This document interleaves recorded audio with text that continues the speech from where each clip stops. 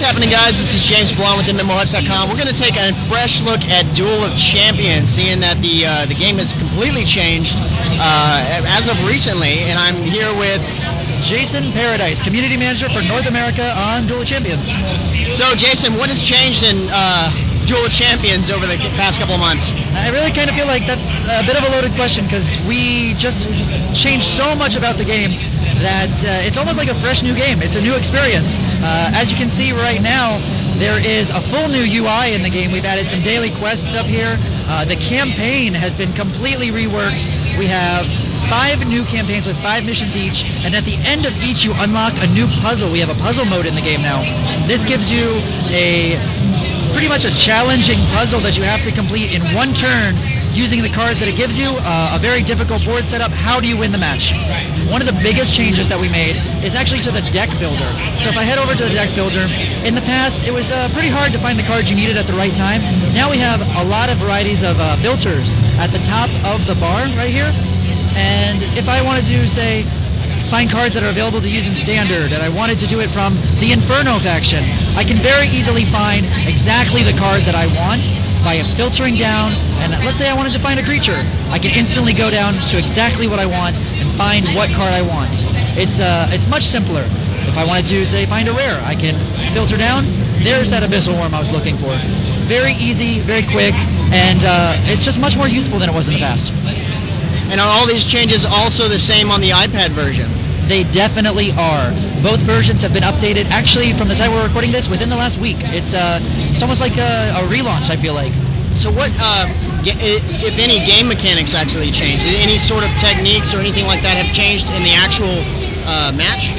In the actual matches themselves, it's still pretty much the same game you're expecting. Although I will say, we did release a brand new expansion alongside this called Heart of Nightmares, which did bring 6 new heroes to the battle, and that's a variety of new playstyles. That these heroes have new combinations of spell schools that have never been put on heroes in their factions, and there's brand new cards that definitely changed the way the game is played. 100 new cards in this. And how has the competition been in the game? I know that the game gets really competitive. Well, that's a really good point to bring up because we did just change something really cool in the game. We have a new ranking system. So as you can see, I just pulled up the leaderboard, and people here are ranked in the champions brackets. I, at the bottom, am champion 2. Everyone else you see here is a champion 3. What these are, instead of the ELO ranking that was used in the past, now there is a tier system. So the more you win, the more you keep going up in your tiers. And actually, there's a really big benefit to this as well. The higher the tier you are, the more rewards you're going to earn in battle. Instead of there being a visible ELO in the game, now there's a hidden MMR. So you'll be matched up against players that are close to you. But there's 2 ways that you can go about doing this. We have the fast matchmaking, just like there was in the past. So you can get matched up with someone as fast as you would like to be. You know, you don't want to wait for an opponent that's a little bit quicker or anything like that. But we do have exact matchmaking. That's an option that you can just check in the options menu. And what happens if you select that is the game will take a little bit longer to find a match that's a little bit closer to your skill level. That way you're not just getting a match as fast as possible, you're getting someone that is very close to the same sort of skill that you're going to be showing, and it makes for very exciting duels. Awesome. Well, let's take a look. You also said that the engine in the game actually changed. Where do you see that best? Sure. If I was to go into a game and actually show you like some spells being cast, now there's going to be some effects on the cards in the game.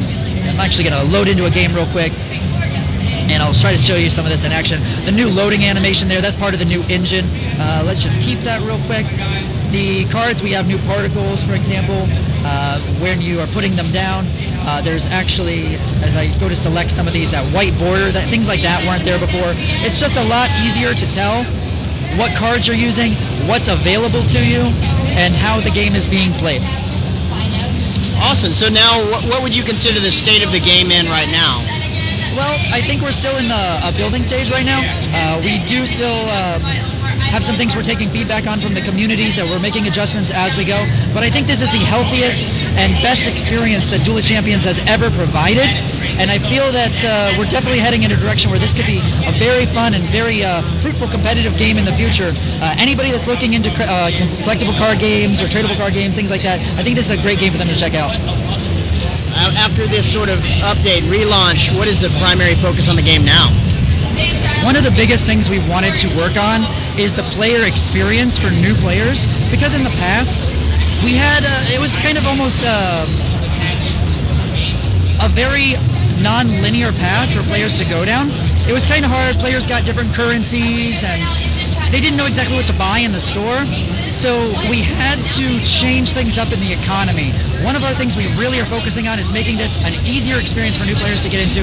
Made it a little bit more streamlined. We changed the entire economy to make it where you earned rewards in different ways. We made it where it's easier to understand what cards you need at certain times, and we do have something in the game. We added a couple of expansions ago, but it's still a big feature, the Ultra Wishes, where you can go in and get any cards you want as long as you trade in a certain currency called wild cards. So if you see a really cool card in game that you want to get, you could go spend your wild cards and get it without worrying about if you get it in a pack or not. And in the past, you would get 10,000 gold and 100 seals, which is the premium currency, on every level up. There was a problem with this, though, because there was no level cap in the game, so you could earn premium currency indefinitely. And that presented a little bit of a problem because, one, it wasn't a fulfilling experience to spin seals. It kind of felt like, oh, that's just another thing. So we had to make that into a good feeling for players.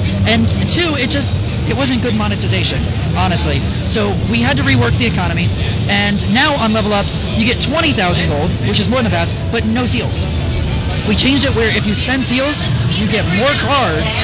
We have super packs in the game, which give 2 rares now instead of the normal 1, and you can only get that with seals. So we wanted to make the experience such that if you are spending money in the game, you feel like you're getting your money's worth. It's still going to be able to get everything for free in the game. We are going to be giving a slight, I guess you could say, pre-order exclusive in a way to players that want new expansions. For the first 2 to 3 weeks of every new expansion, you'll only be able to purchase it in seals, but as soon as that time is over, you will be able to get it in gold. So you will get a little bit of a head start, but it's never going to go down that pay-to-win route. We want to stick away from that as much as we can. One other thing I'd like to mention is that in the past, a lot of people felt there wasn't a reason to explore new deck options. They just went to fan sites, found the best decks people were playing and kind of copied them. We wanted to change that, and we've added new formats to the game. So not only do we have open format, which includes all cards that have ever been released in the game, standard, which is a very competition, competitive-based format with only a specific set of cards, all the newest cards, and we have this third format, which is really cool. It's a weekly format. Every single week we are changing what is available in that format. So one week it might be the common format where only common cards are going to be used. The next week it might be rare, where you can only use rare cards. And you have to kind of figure out what's going to be the best kind of deck. What are you going to succeed the most with? And it's going to definitely give a better experience for players. Gives them more of a reason to try to make a deck and succeed with it. All right. Well, is there anything else you wanted to add? For sure, stay tuned. We've got some awesome new announcements coming about Duel of Champions in the coming months. I really want to say that I think we're going to have a really cool competitive season. We'll have some details hopefully on that very soon. But stay tuned. Duel of Champions is growing better all the time, and it's thanks to the amazing community we have. It's a lot of great feedback all the time, and we thank you guys. Definitely check it out. We're on Steam, free to play. Download it. Try it today. Awesome. Thank you so much.